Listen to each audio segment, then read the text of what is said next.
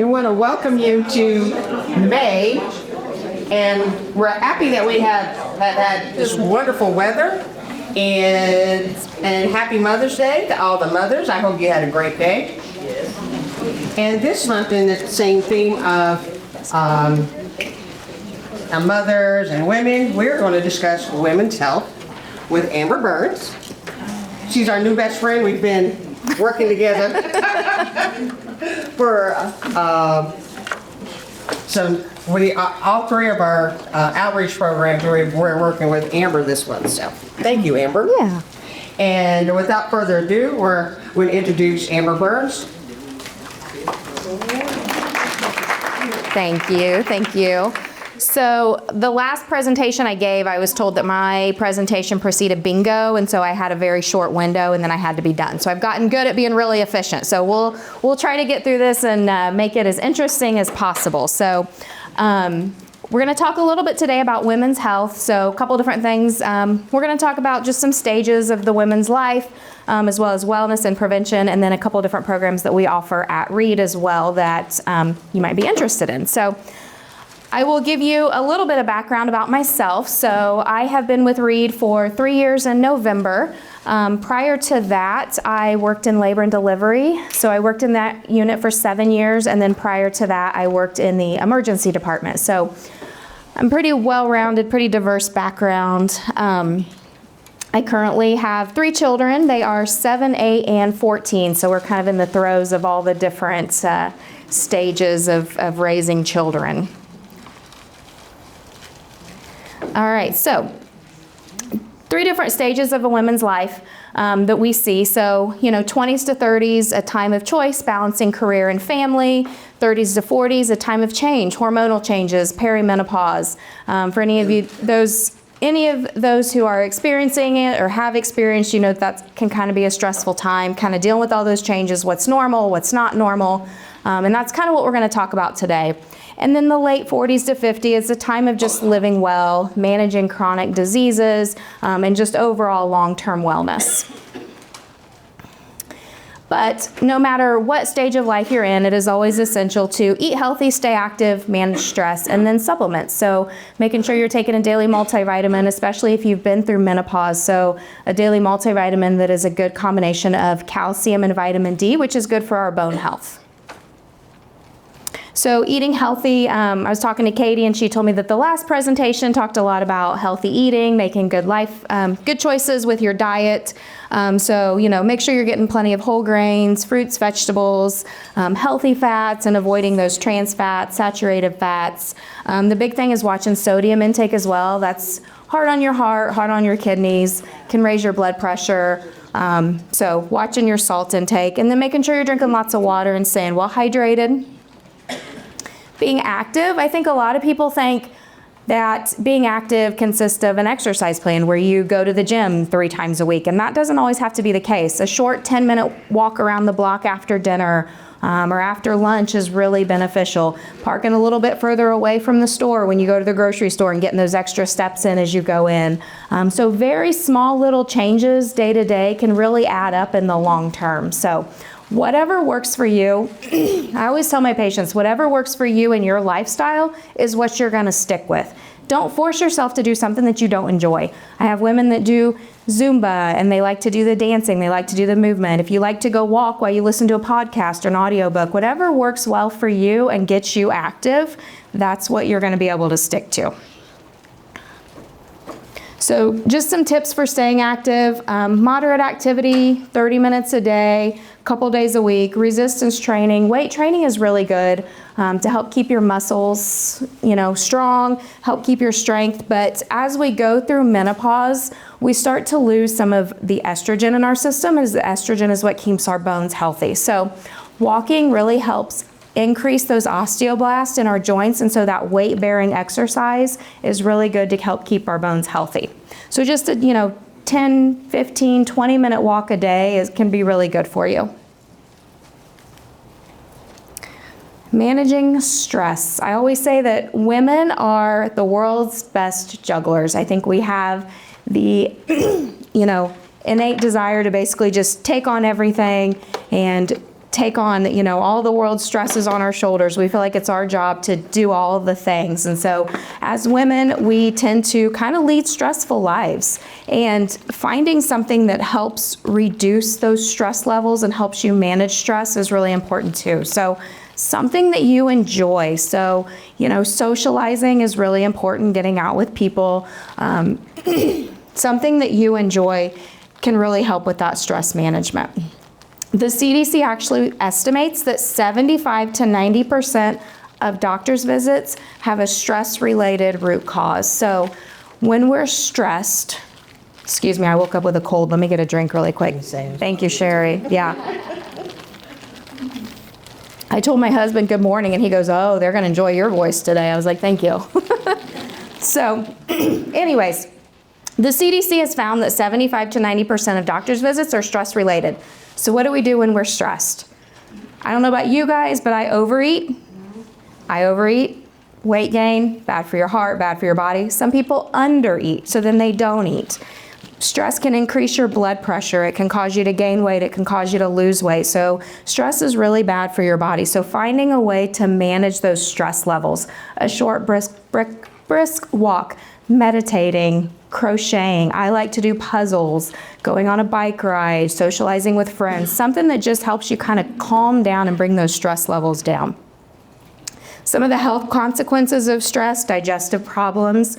IBS is more common among women by a ratio of 3-to-1, probably because we lead more stressful lifestyles is what they're thinking.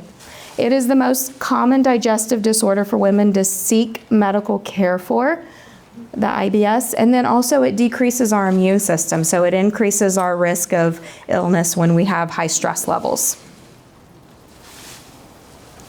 Cardiovascular and nervous system dysfunction. So when we're stressed, we're anxious, it can cause our blood pressure to go up, which is then bad on our heart. When our blood pressure goes up, it's basically like constantly pounding on our kidneys, so that's bad for our kidneys as well.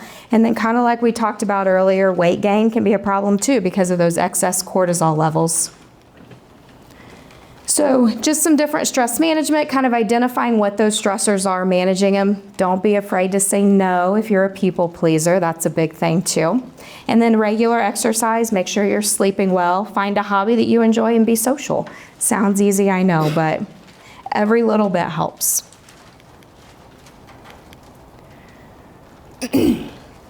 So we're going to talk a little bit about women's wellness and wellness visits, kind of like what we do in our office. So when you come in for a wellness visit, whether or not you've had a hysterectomy, you've not had a hysterectomy, whether or not you're having periods, you're not having periods, in the office, we're going to talk a little bit more about women's wellness than probably what you would at a primary care doctor. So we're going to go a little bit more into depth about your wellness as a female.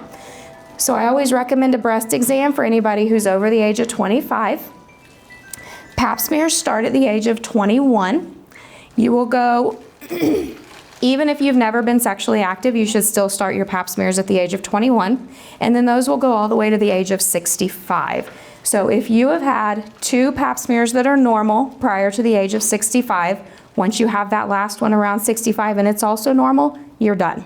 However, I always recommend that you still come in once a year just for a women's wellness exam, just so we can kind of check everything out down there, make sure everything still looks nice and healthy, see if you're having any concerns.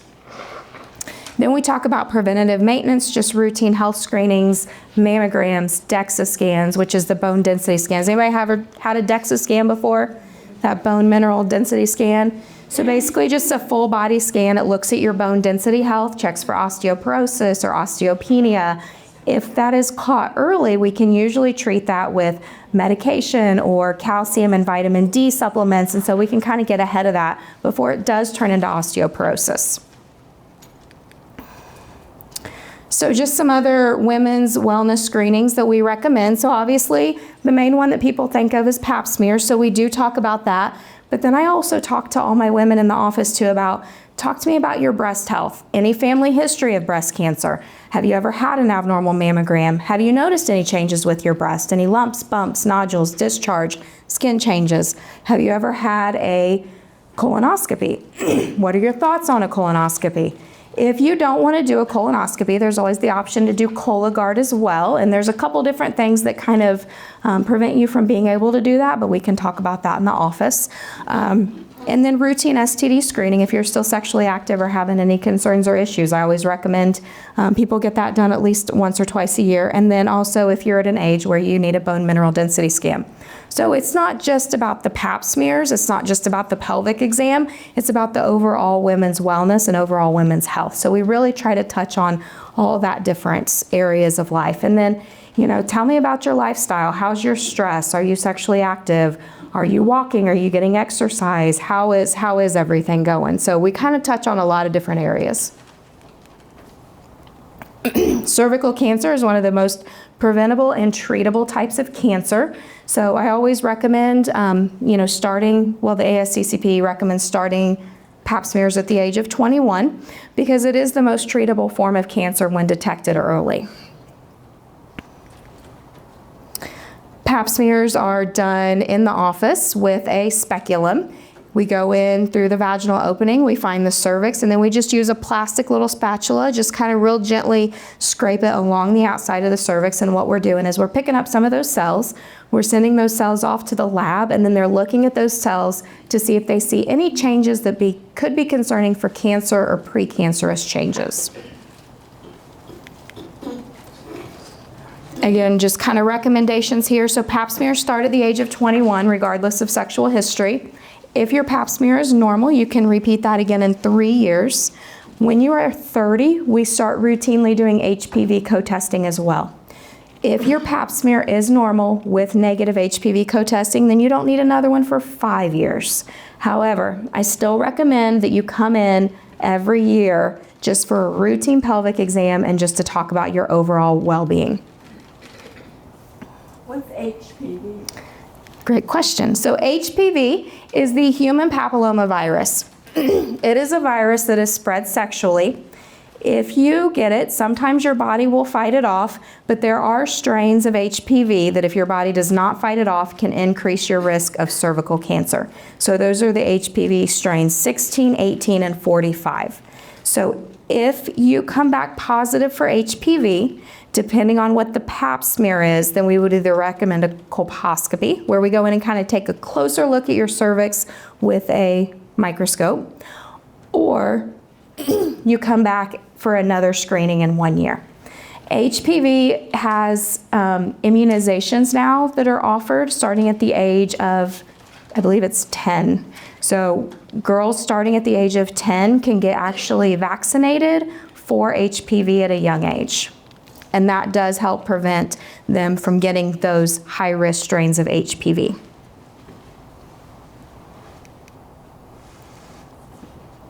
Hey, Henson, Sure. is the vaccine for HPV a one-time only?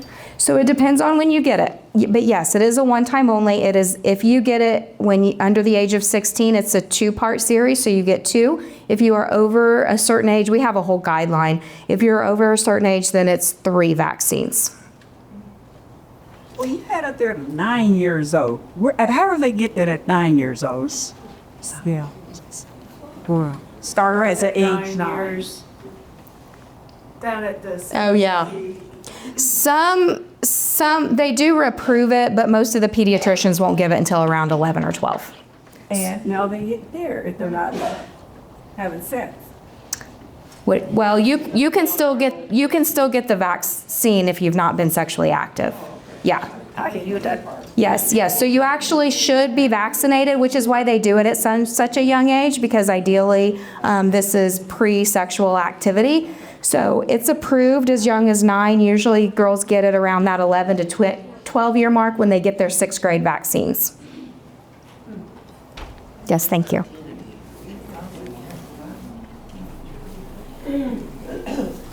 And then breast cancer screenings, mammograms start at the age of 40. If you have a family history of breast cancer and someone in your family was diagnosed with breast cancer before the age of 40, then you would get before the age of 50, you would get your first baseline mammogram 10 years prior to their age of diagnosis. So if you had a mom, a grandma, an aunt, a sister, somebody who was diagnosed with breast cancer, say at the age of 45, I would recommend that you get a baseline mammogram around the age of 35. And then mammograms can continue until the age of 75, and then at that point it's just a shared decision making with your primary care provider. So, is this something you want to continue doing, or are you okay to just watch for changes at home on your own? This is the last thing I'm gonna say, I swear. No, please, by all means. I saw that they have a new way of doing the mammograms, where they don't have to press flash down on you. Said you lay on this table and there's a hole, and you put your breast in there. Have you seen that? I have seen it. I don't know if it's something that we have at Reed yet. But it is, I'm not making it up, right? No, you're not crazy. Now, there are some women who have denser breast tissue, and so a mammogram is not as effective as detecting those changes. So they will recommend an MRI, which is done that way. So you can do a breast MRI, you can do a breast ultrasound, but I don't think we have that newer technology at Reed. I think it's still the classic sandwich method. Scorch and sandwich, yes.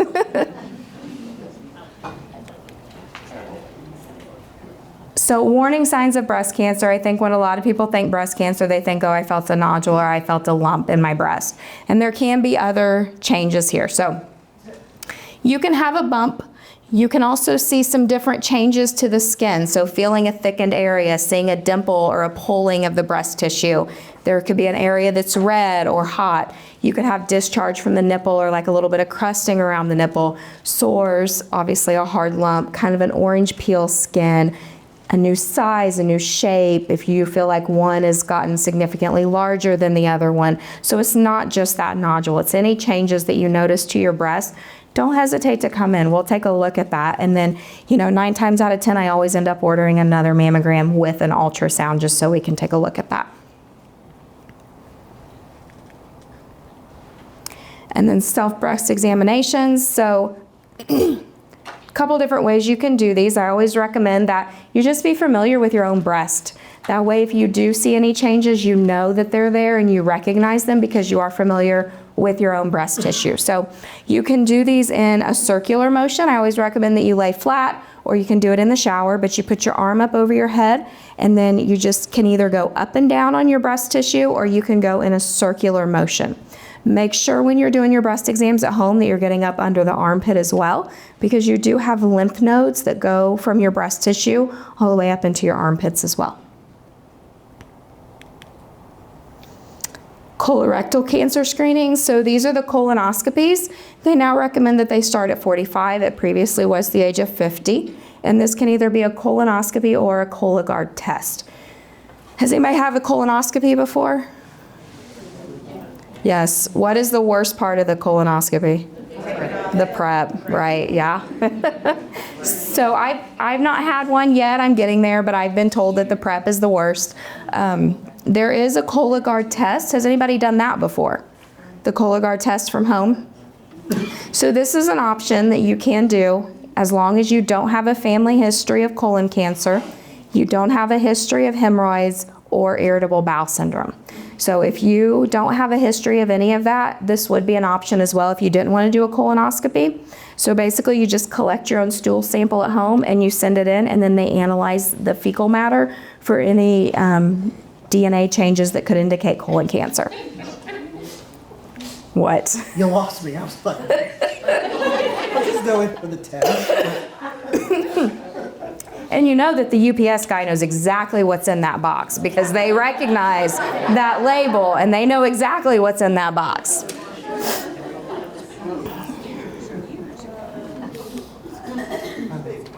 Go. Yes. Is there a time where you don't have, if you're over 75, you don't have to do it? You never had a problem? If you've never had a problem and you're over the age of 75, no, you don't want to do one, that's fine. My biggest thing is I educate my women. I feel like the more you know, knowledge is power. The more you know, the better educated you are to make a decision on your own. Ultimately, it's the end of the day. It's your body. It's your choice. So you're going to be the one to make that decision.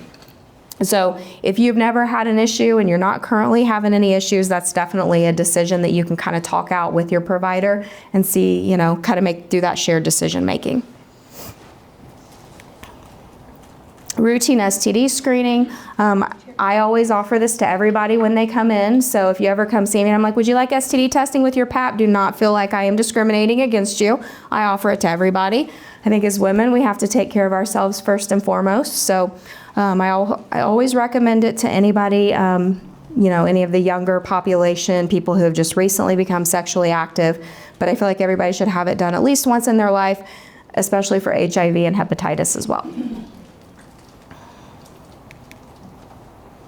And then bone density scan. So this is that DEXA screening. It's recommended for all women 65 years of age of older, or postmenopausal women with risk factors, including medications that can decrease your bone mineral density, such as steroids. They have a low BMI, history of multiple fractures, or history of a hip fracture, low calcium intake. Smoker, being a smoker is also really bad on your bone health as well, so that can increase your risk. So again, just a shared decision-making process with your primary care provider once you kind of discuss all those risk factors. And then usually it's covered by insurance every 2 years, but I also recommend that whether or not you've had a bone mineral density scan, everyone should be taking calcium, 1,200 milligrams, along with vitamin D, 1,000 units. I recommend 800, I don't know why that says 1,000, but 1,200 of calcium and 800 of vitamin D. And then at Reid, we offer Women's Health Day. It is the first and third Thursday of the month, and it's basically like a one-stop shop for women's health. So you come in, you meet with one of the providers from our office. They do your pelvic exam, your pap smear if you need it. Then you go across the hall, you get your mammogram, and then if you're due for a DEXA scan, you go next door and get your DEXA scan. So it's kind of a one-stop shop all in one day. So if that's something that you're interested in, definitely reach out to us and we can get you set up with that. And that's all I have. Questions for me? For that, the screen before that, do you have to make an appointment or you just a walk-in? You do have to make an appointment, yes. So, can I add? Yeah, please.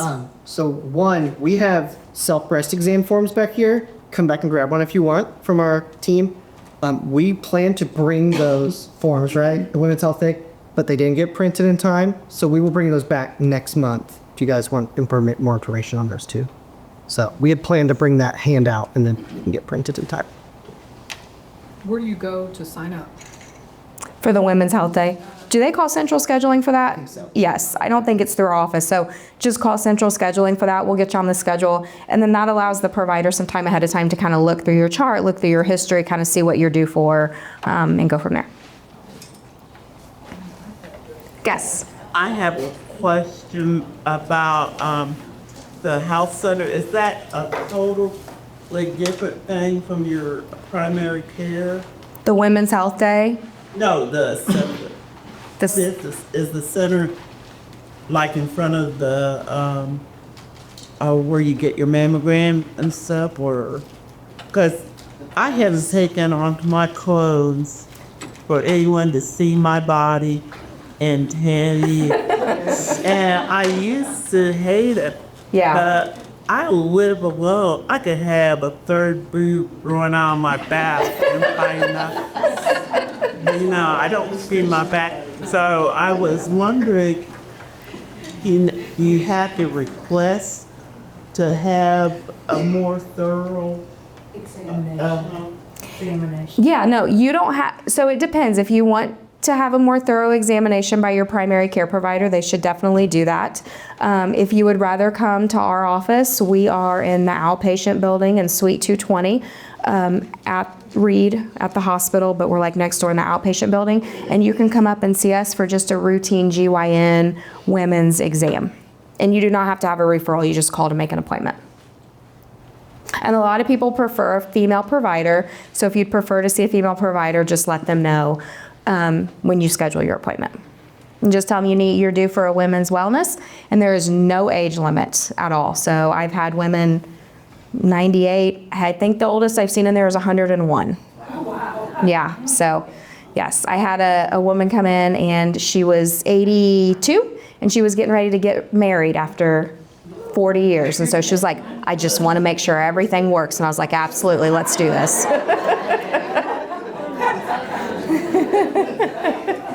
And I saw her a couple years later and they've lived happily ever after. So yeah, she's doing great. So you are never too old. Yes, ma'am. As far as individuals who work and have limited insurance, what's the case with them? Do they have to have that particular insurance, or does most insurance cover anything you do in there? Yeah, so insurance, the majority of what you would be coming in to be seen for would be wellness. It would be counted as prevention, and most of that is covered 100% of the time by insurance. We also are very aware of that when we order stuff too. I would be honest with you, insurance is the worst part of my job. I can order certain tests for certain insurances, and I have to word things certain way for certain insurances. So we definitely do take that into account when we order things and order testing, just to make sure that it meets your insurance criteria so that you're not paying a ton out of pocket. A lot of people stay away because I'm having the insurance, or they feel like the insurance is limited, so they don't proceed to do anything. Yeah. And I will say Reed is really good. They have lots of really great programs to help with financial assistance as well. So we have a lot of really great programs in place at Reed as well for that type of stuff. Don't depend on that 75 and no mammogram. I got breast cancer at 83. Even had it been her sister, I wouldn't have went and got it. Yeah. Like I said, you're never too old to come in for a women's exam. You're never too old to get a mammogram. You're never too old to get a pelvic exam. So, stay on top of those. And that is a shared decision-making process with your gynecologist or with your primary care provider. Yeah. So, last question. Yes. So you're in a center, and the gynecologist or whoever in Reed, they worked with you, or they totally separate?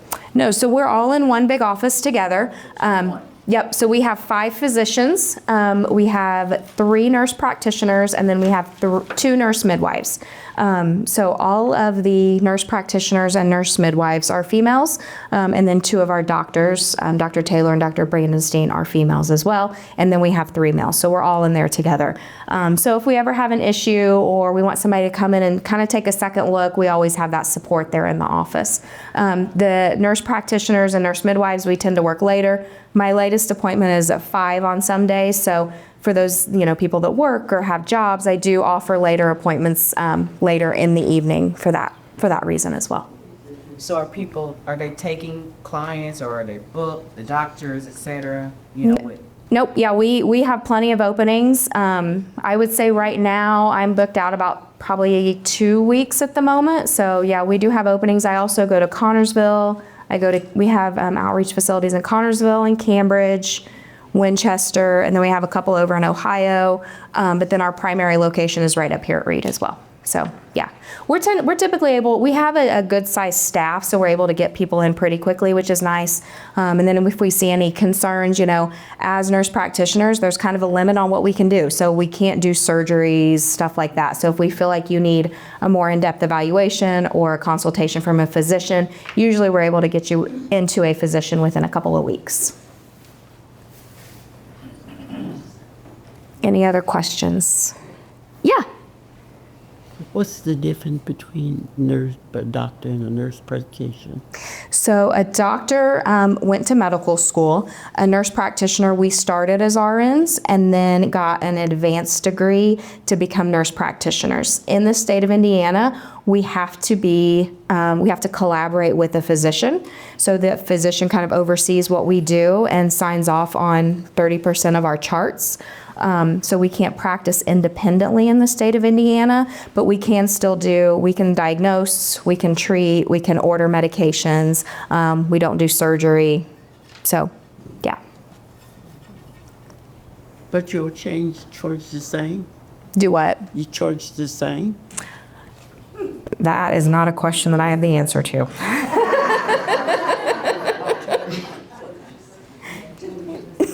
Yeah, she asked if we charge the same. That I do not know. I wrap all my documentation up in a little package and send it off to billing. So, but I would imagine probably not. I believe our rate of reimbursement is just a little bit lower. Any other questions? You guys are wonderful. Okay, well, thank you guys for letting me speak with you. I'll kind of hang out for a little bit, so if you need to talk to me or have any questions after, let me know. Yeah. Also, just to add, when you get with the mammograms and the vaccine, they're in the same area. Yeah, so it's downstairs. So our Women's Health Day is actually held. Done. Our Women's Health Day is actually downstairs. So if you come in the main hospital and you're looking at the information desk when you first walk in, it's right there to the right where they usually do the mammograms. So we actually bring a cart with us downstairs from our office. So we set up over there. So it's all just right inside the main door of the hospital. Where the cool bras are. Yes, where they have the sparkly bras in the display case. Yes, that's the one. We're going to thank you, Amber. Thank you. And today for our escape skating set, our community spotlight is Crossroad Recovery Center. And we have Joni Reed, who will be speaking.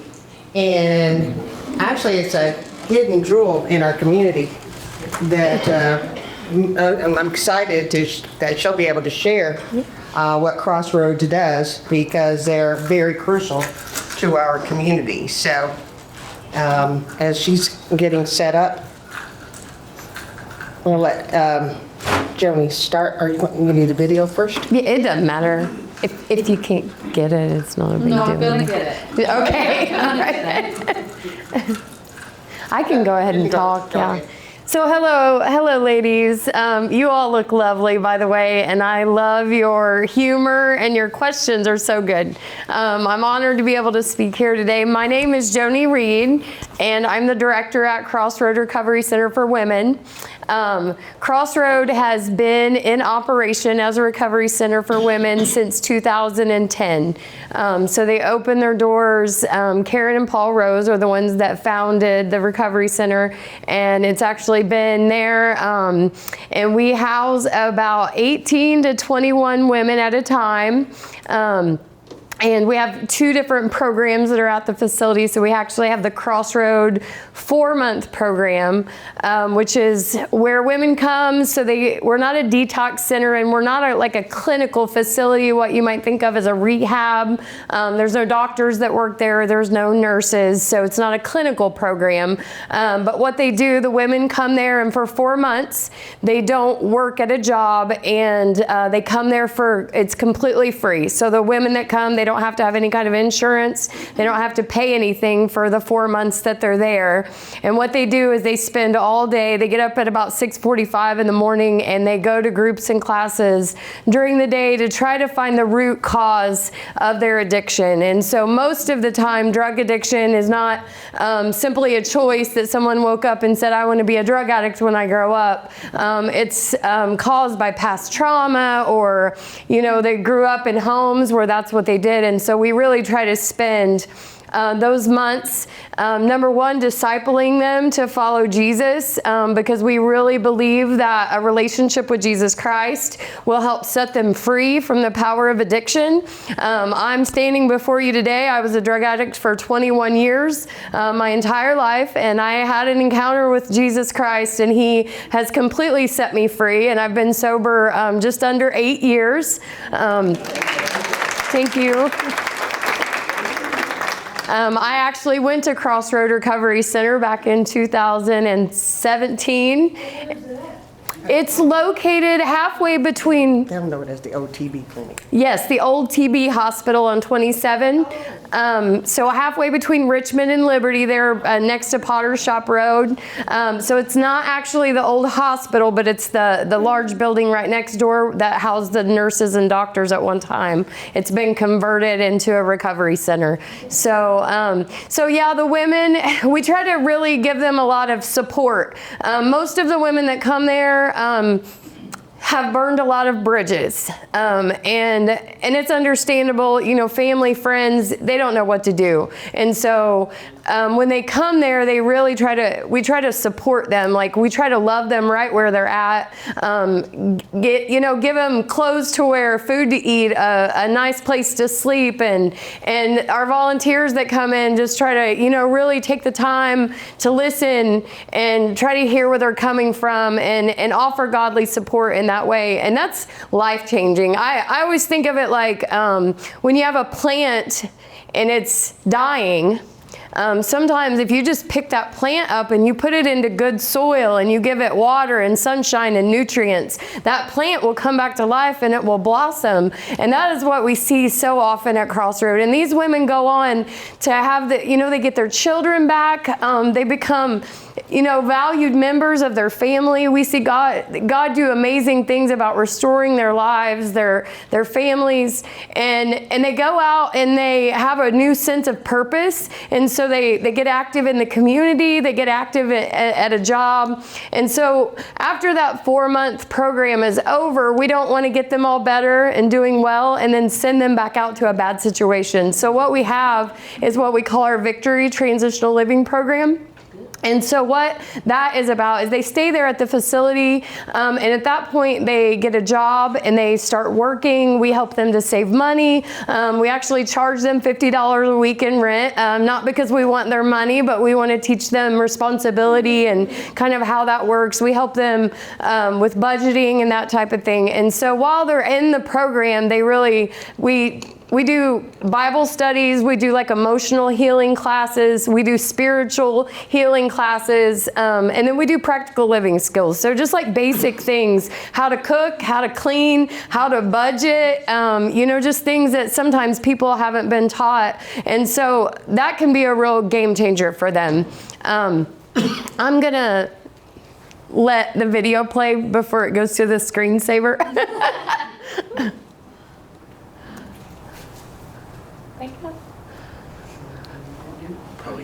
I miss my window of opportunity. So this video, it shows a couple of testimonies on here from the ladies. But since the doors opened in 2010, over 900 women have come through Crossroad, and that represents the mothers of more than 1,500 children. And so it's amazing to me the generational impact that it has. Just last Sunday, we were at church and one of the ladies was graduating the 4-month program, and her 18-year-old son came for her graduation and came to church with us and actually gave his heart to Jesus during that. And then we just see such great things happen with the kids and in the families. Are you ready? I'm ready. All right. Addiction can feel like a bottomless pit, pulling you deeper and deeper into despair. But there is hope in Jesus Christ. Since 2010, Crossroad Christian Recovery Center for Women has offered a lifeline, a haven of healing and restoration. I was hopeless, strung out. I didn't have any hope for a future, and God used Crossroads to completely transform my life. Our mission is to present the gospel of Jesus Christ to women suffering with drug and alcohol addiction and offer a structured recovery program based on biblical principles and godly values. At Crossroad, women find a safe and supportive community where they're able to connect with other women on the same journey, offering encouragement and understanding. Women find holistic healing by exploring the root causes of their addiction through groups, classes, seminars, and individual mentoring, life skills training, and spiritual guidance. Women are empowered to discover their strengths and purpose and build a foundation for fulfilling life in recovery and in relationship with Jesus Christ. And now, since I left Crossroads, it's been about 3 years, my life has never been the same. I've gotten a job, which I've held for 3 years. I lead Celebrate Recovery here in Liberty, Indiana. I'm the youth coordinator at Gateway Church. But more importantly, Jesus Christ gave me new life. He breathed his breath into my lungs and just gave me life. And he gave me a purpose and a plan. Our program is offered completely free of charge. Since 2010, we have served over 900 women. Our dedicated staff and volunteers are comprised of compassionate and experienced people and peers who are committed to walking alongside you on your journey to recovery. It doesn't just help you with the struggles of addiction. Crossroad helps you to grow spiritually and closer to God, which is the foundation of my recovery, and help me find joy and help me to walk in the purpose that God has for me. I just thank God for using Crossroads to save my life and the life of so many women. Like, I went from a hopeless drug addict with no hope of a future to walking in the calling that God has for my life, and they've done it for so many people. And the one verse that he'd given me to hold on to was Jeremiah 29:11. For I know the plans that I have for you, declares the Lord. Plans to prosper you, not to harm you. Plans to give you hope in a future. And Who the Son sets free is free indeed.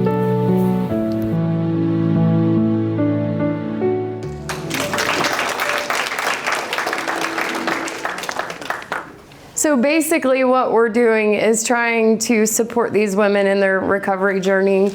And, after they get jobs, they save up, we help them get a license if they need a driver's license. If they don't have a high school diploma or a GED, we try to make that happen and encourage them to do that. We give them rides back and forth to work, and we try to make sure that as soon as they get there, one of the first things that we do is set them up with a primary care appointment, and to make sure that their health is okay, because we can't really work on their recovery until their health is okay. And so we try to work with, with Reid, with different places here in town to make sure their physical health is good, their mental health is good. And so even though we don't offer that on site, we do give them access to all of those things. Does anybody have any questions? Yes. How are you referred? Can you just show up? Or? So they just need to call me, and I do about a 5 or 10 minute intake interview with them. I kind of explain our program and then ask them a few questions to make sure that they're a good fit for us. Sometimes the only thing that would really preclude someone from being able to come into the program, sometimes people have some really serious mental health issues that aren't well controlled. And so that's it's probably more than what we're able to help. So we try to get them in, to somewhere to get stable mentally before they come to us. So those are kind of things that we check out. But yeah, I have cards and brochures. If you know someone, absolutely, I'll give you my card and they can call me. And I really try to, even if they can't come to Crossroad, I try to help them get to where they need to go, because I know it can be a little bit of a process trying to find the right place sometimes. But yeah. Yes. If you complete your treatment, that you relax, are you able to come back? Absolutely. Yes. It happens. Yeah. So, and what we find is usually when they come back for the second time, some people have more going on than they can really deal with in 4 months. And so they go back out and, they make a few wrong decisions that lead them back down that path. And then they reach out and they want to get back on their feet again. And we absolutely encourage them to do that. They usually come back the second time and they hit the ground running. They start off where they left off, and they go deeper and they get better and better and better. So that young lady that you saw on that, Christine, she actually went through the program a couple of times and has done amazingly well. Yes. So how are you funded? Privately? So we're funded, most of our funding comes from private donations and from churches that support us monthly. We do get grants from Reid. Reid gives us a mental health and wellness grant for many years. I don't even know, before I started working there, so I don't know how many years. And then also a physical health grant we get from Reid each year. And then we get some smaller grants from like the Wayne County Foundation, bought all new furniture for us last year because we've been there a long time and the furniture was old when we got it. So that was a huge blessing. And then the Union County Foundation also helps us, the Whitewater Valley RMC. So a lot of different places, but mainly through private donations. Yep. And we are a 501c3 nonprofit. So yes. Are the ladies allowed to bring children? No, they're not at this time. So we are working on right now is to open another house that is actually off-site. So we have kind of a pilot program, which a guy in our church is a missionary to Brazil, and he has a house here in Richmond. And so he's been allowing us to rent that out. So the women go through Crossroad, and then they go through our Victory program, and then they can go into this house, and then they can have their children there at that house, but we're actually not able to at Crossroad. Anybody else? Yes? I want to say that your women came and gave a program here at Central a couple of years ago. Yeah. And I've never been so moved in my life as I was that day.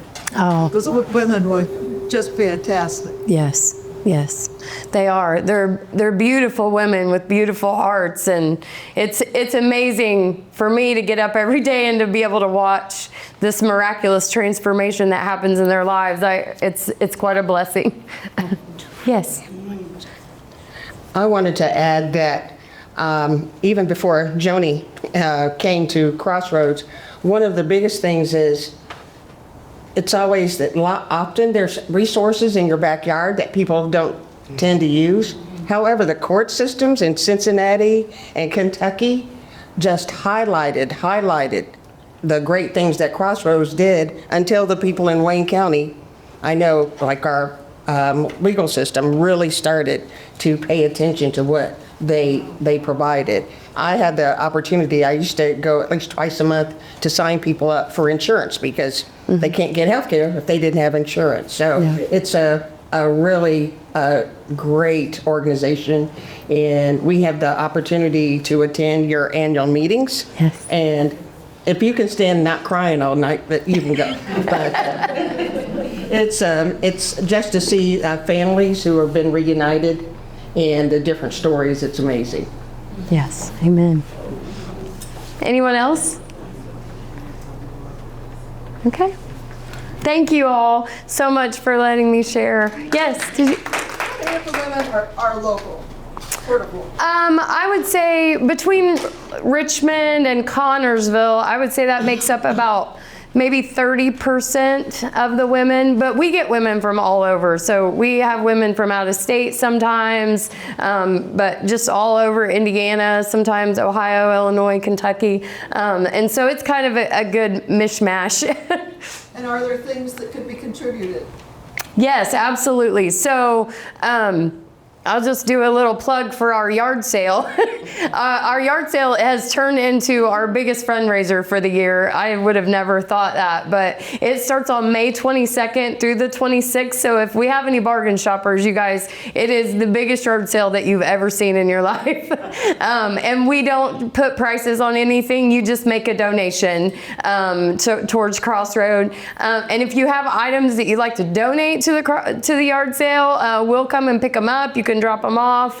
And then we also take donations of women's clothing because we have a lot of women that come in, they're homeless or they've been in jail and they don't have anything at all. So we're always taking those type of things. And then I usually put out a monthly wish list on our Facebook page that I put on there like what we're running low on, whether it be shampoo or deodorant, laundry detergent, that type of thing, household kind of personal supplies.